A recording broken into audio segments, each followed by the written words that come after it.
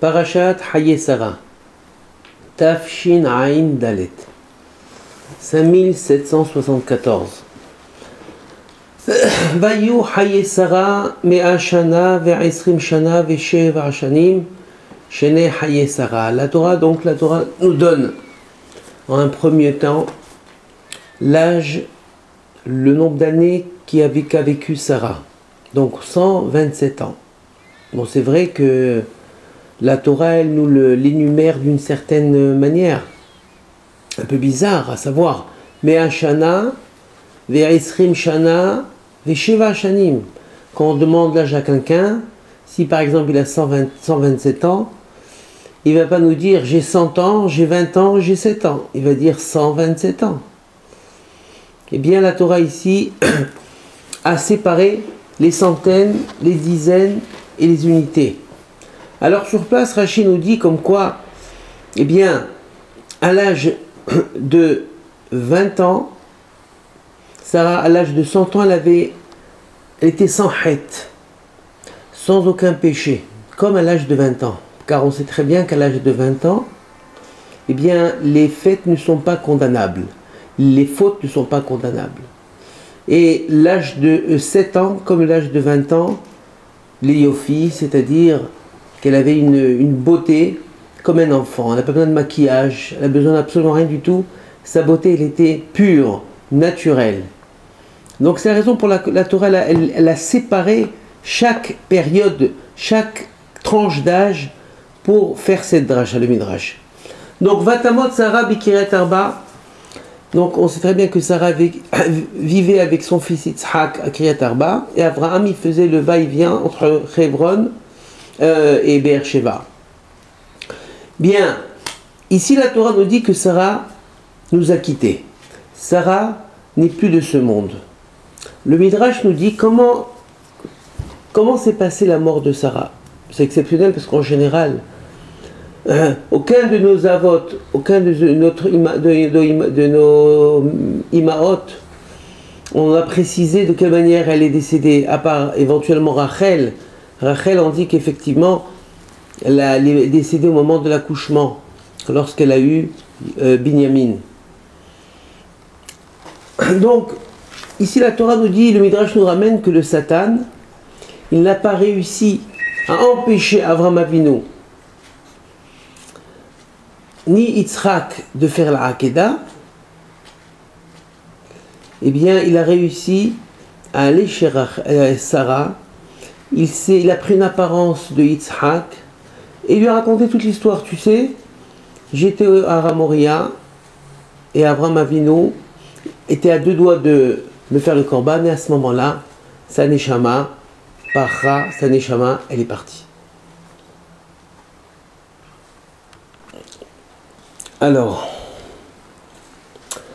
donc ici on voit Avraham Avinu qu'il s'inquiète d'une manière considérable à s'occuper de l'enterrement de Sarah, qu'elle est partie à l'âge de 127 ans.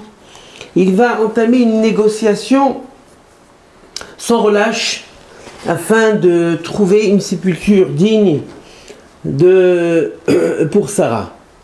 Eh bien, on sait très bien qu'Avraham Avinu, il a su que dans Hebron, dans la Meharat HaMachpelah, étaient enterrés Adam Arishon et Hava.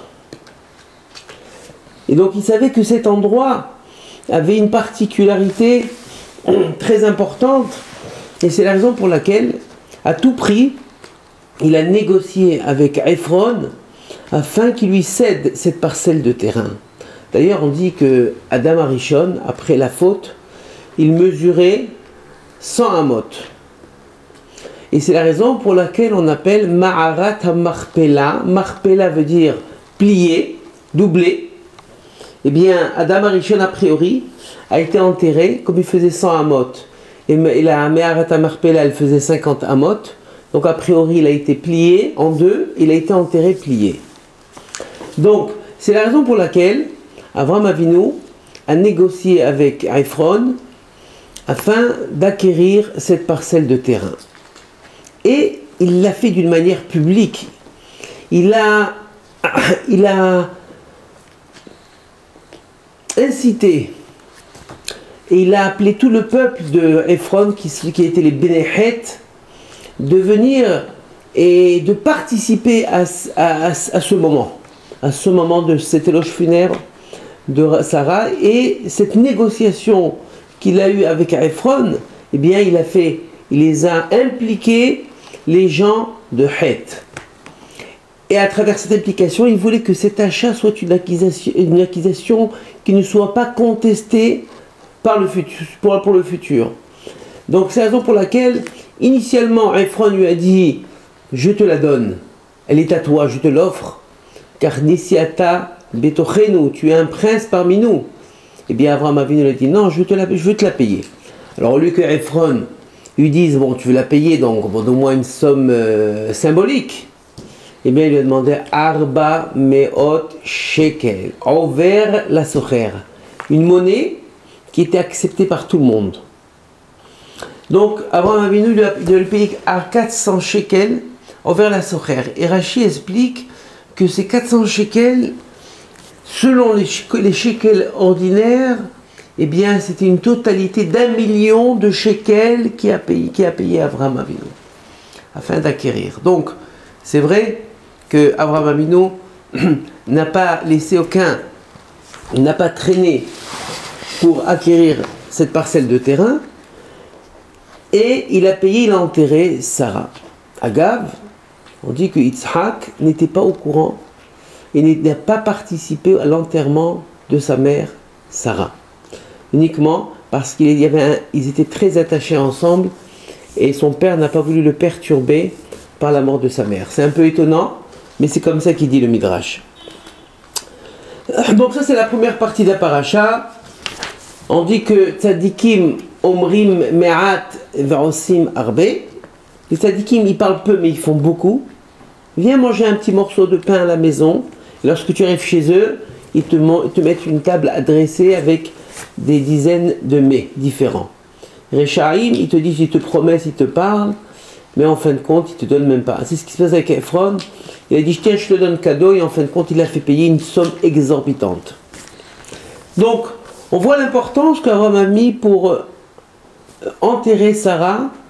Et la Torah, elle a mis une part très importante, elle a pris une partie très importante de la paracha pour nous expliquer toute cette procédure et les efforts qu'Abraham a mis afin de trouver une sépulture pour Sarah Immenu.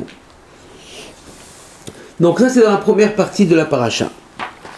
Dans la seconde partie de la paracha, et d'ailleurs quelque chose qui est aussi très étonnant, qu'elle se répète, c'est le mariage, plutôt le shidur, d'accord, les présentations de Rivka avec Yitzhak.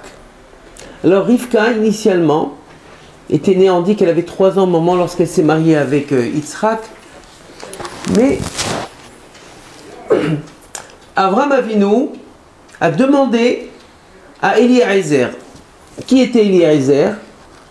Eliezer était lui, c'était un Béné Ham, il venait de Ham, de la descendance de Ham. Et c'était initialement un serviteur, ou c'était le fils de Nimrod. Et lorsque Abraham est passé dans la fournaise, eh bien Nimrod, quand il a vu ce miracle, il lui a donné son propre fils pour serviteur. Donc Eliezer, qui était un serviteur à Abraham Avinu, qui était un serviteur fidèle et qui avait donné tout son savoir et tout son savoir à Abraham Avinu. Abraham Avinu donc l'a pris et c'était un serviteur fidèle. Et d'ailleurs on le voit dans la paracha, Ben Damesek Eliezer. Eliezer lui a donné une mission relativement très importante. Quelle était cette mission-là? C'était de trouver une épouse pour son fils Yitzhak. Donc, il vivait où, Abraham Avinu? Il vivait en Eretz Israël. Il lui a demandé à Eliezer, tu vas sortir d'Eretz Israël. Et tu vas chercher une femme dans mon pays natal, d'où je suis sorti. Et comment ça se fait? Eretz Israël, c'est le pays, le pays qui a été choisi pour accorder Baruch Hu. Pourquoi il n'a pas pris une fille de Canaan? Pour la simple raison que Canaan a été maudit par Hachem. Lorsqu'il est sorti de la Teva, il a fait ce qu'il avait fait. Ham a été maudit. Et Hachem, et Abraham Avinu l'a dit à Eliezer. Nous sommes Baruch, nous sommes considérés un peuple béni. Et Baruch ne se marie pas avec Arour. La bénédiction ne se marie pas avec la malédiction. C'est la raison pour laquelle il a demandé à Eliezer, afin d'accomplir cette mission et d'aller chercher une fille, pas seulement de son pays natal, mais de sa famille. Pourquoi de sa famille? Parce qu'il faut savoir que tout le clan d'Israël est sorti initialement de Terach. Terach, il a eu 3 enfants. Le premier, Abraham, Nahor et Haran. Abraham et Nahor, donc ses 3 frères. Haran, il est mort dans des circonstances qu'on avait vues dans les parachutes précédentes. Haran était mort car il est rentré dans la fournaise, mais comme il n'était pas rentré d'une manière certaine, avec conviction, il a été atteint par le feu. Mais il a laissé 3 enfants. Ces 3 enfants, c'était Lot, c'était le neveu d'Abraham Avinu, Milka et Iska. Iska, c'est Sarah. Elle s'est mariée avec Abraham Avinu. Et Milka s'est mariée avec Nahor. D'accord? Donc les 3 frères, ils sont mariés, les 2 frères qui restaient, il est décédé, les 2 autres frères sont mariés chacun avec leur nièce. Milka et Iska. Eh bien, Nahor, lorsqu'Abraham s'est marié, ensuite, Yitzhak s'est marié avec qui? Avec la fille de Nahor. Non, la fille de Bethuel. Et ensuite, il a eu une fille qui s'appelait Rivka. Donc, Rivka qui était la femme de Yitzhak, donc la deuxième femme de nos 3 patriarches, Abraham, Yitzhak et Yaakov, elle venait de qui? De Nahor. Abraham Avinu, c'est descendu de Yitzhak, mais de son frère Nahor est descendu Rivka. Et on ne va pas s'arrêter là. Yitzhak Avinu, il a eu un enfant qui s'appelait Yaakov. Et Yaakov s'est marié avec toujours de la descendance de Nahor, avec Rachel et Léa. Rachel et Léa qui n'étaient pas moins les petits-fils de Bethuel, les enfants, les filles de Lavan. Donc en d'autres termes, tout le clan, les 3 avots, Abraham, Yitzhak, Yaakov, ainsi que Sarah, Rivka, Rachel et Léa, ils sortent tous de Terach, par alliance. Donc, c'est la raison pour laquelle il faut savoir que des fois il y a des gens qui sont Rechaim, par exemple Lot. Lot, c'était pas quelqu'un qui avait la Torah ne lui a pas donné des éloges à Lot. Mais tout de même, on voit que Ruth à Moabite, d'où est descendu le Mashiach, venait de Lot. C'est que c'est énorme. D'autre part, tout le clan d'Israël descend de qui? De Terach. Donc il faut savoir que des fois dans une famille, il y a des comportements qui sont contradictoires avec la morale, mais à l'intérieur ils ont un noyau. Et ce noyau-là, qui est bon, il faut le sortir. Et c'est ce qui s'est passé.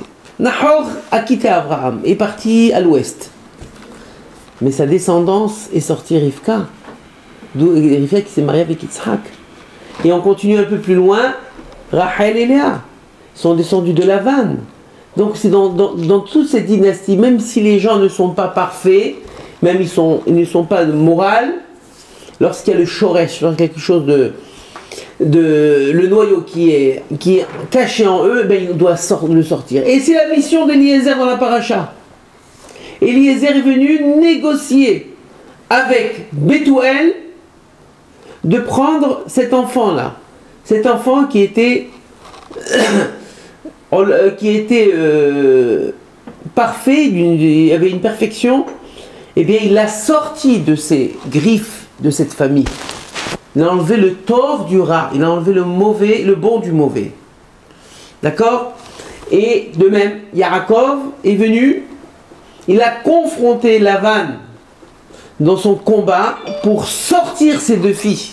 Car ces deux filles, Rachel et Léa, c'était la partie, la crème de toute cette famille de la descendance de Terah. Donc il y avait Terah, Abraham, Yitzhak et Yaakov, mais en vérité tous se rejoignent et ils ont compilé une descendance où Abraham, Yitzhak et Yaakov ont pris le meilleur. Et à partir d'eux est sorti Yaakov qui a mis au monde 12 tribus. Parce qu'en vérité, Ketura, il y en a qui disent qu'Abraham Avinu avait 3 femmes. Il y en a qui disent qu'Abraham Avinu avait que 2 femmes. Alors la première qui était légitime, qui était Iska, en d'autres termes Sarah. Ensuite la Torah l'appelait Sarah.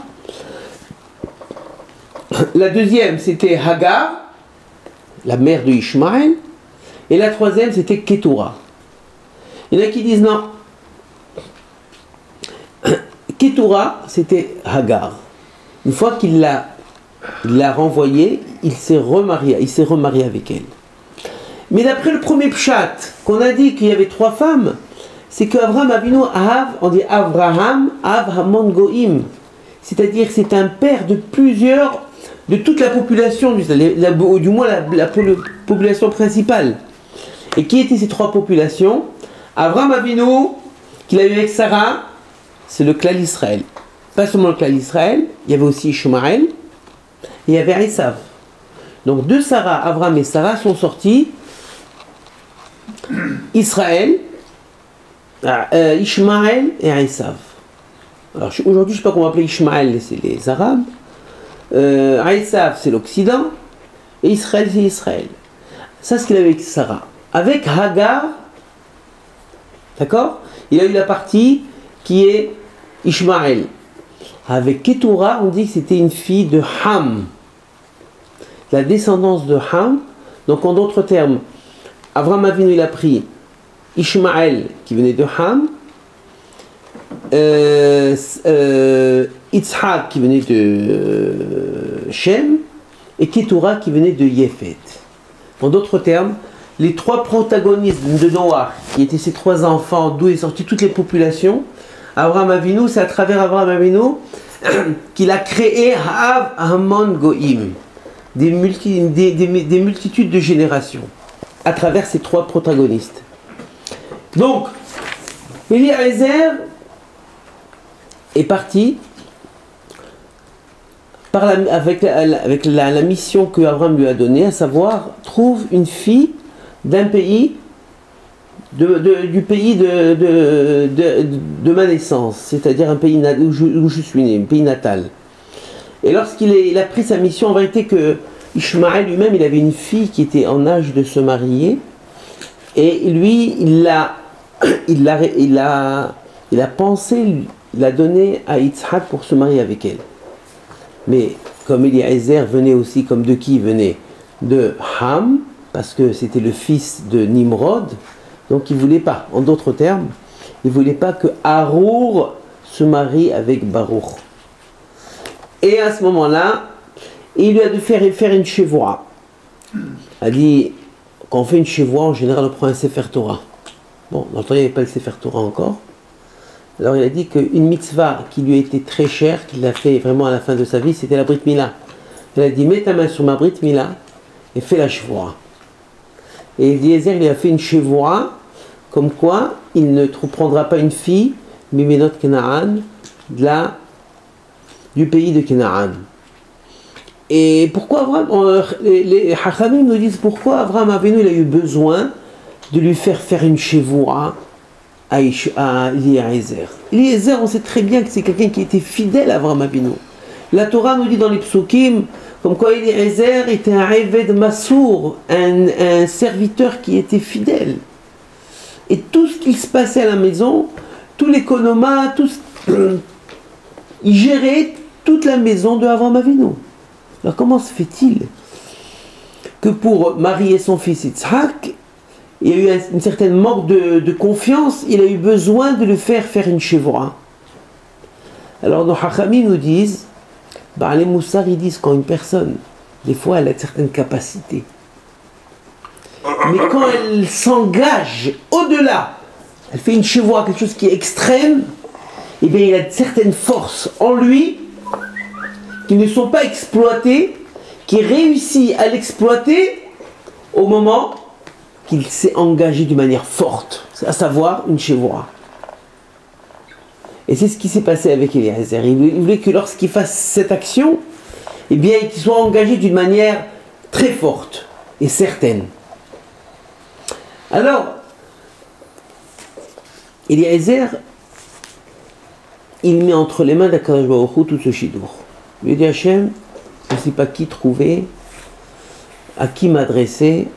Alors dès qu'il arrive dans le pays de Haran, la ville natale de Abraham Avinu, bien à ce moment-là, il prie Hachem, fais un siman, que lorsque je verrai une fille, que cette fille, je lui demanderai à boire, elle me proposera à boire et elle demandera, pas seulement à toi je te donnerai à boire, je donnerai à boire aussi à tes chameaux, eh bien ça sera la preuve que cette fille sera la prédestinée pour mon fils Yitzhak. Mais effectivement c'est ce qu'il a fait, et à ce moment-là Rivka s'est présentée à lui, et elle lui a donné à boire, et elle a donné à boire à ses chameaux, jusqu'à ce qu'ils étaient entièrement abreuvés. Et Hachamim nous disent qu'une femme, lorsqu'elle a des beaux yeux, eh bien, tu n'as pas besoin de vérifier son corps, elle est parfaite. Mais c'est pas seulement dans le sens propre et le sens figuré. Lorsqu'une fille, elle a un bon œil, c'est-à-dire qu'elle est généreuse, d'accord? Eh bien, tu n'as pas besoin de chercher ailleurs.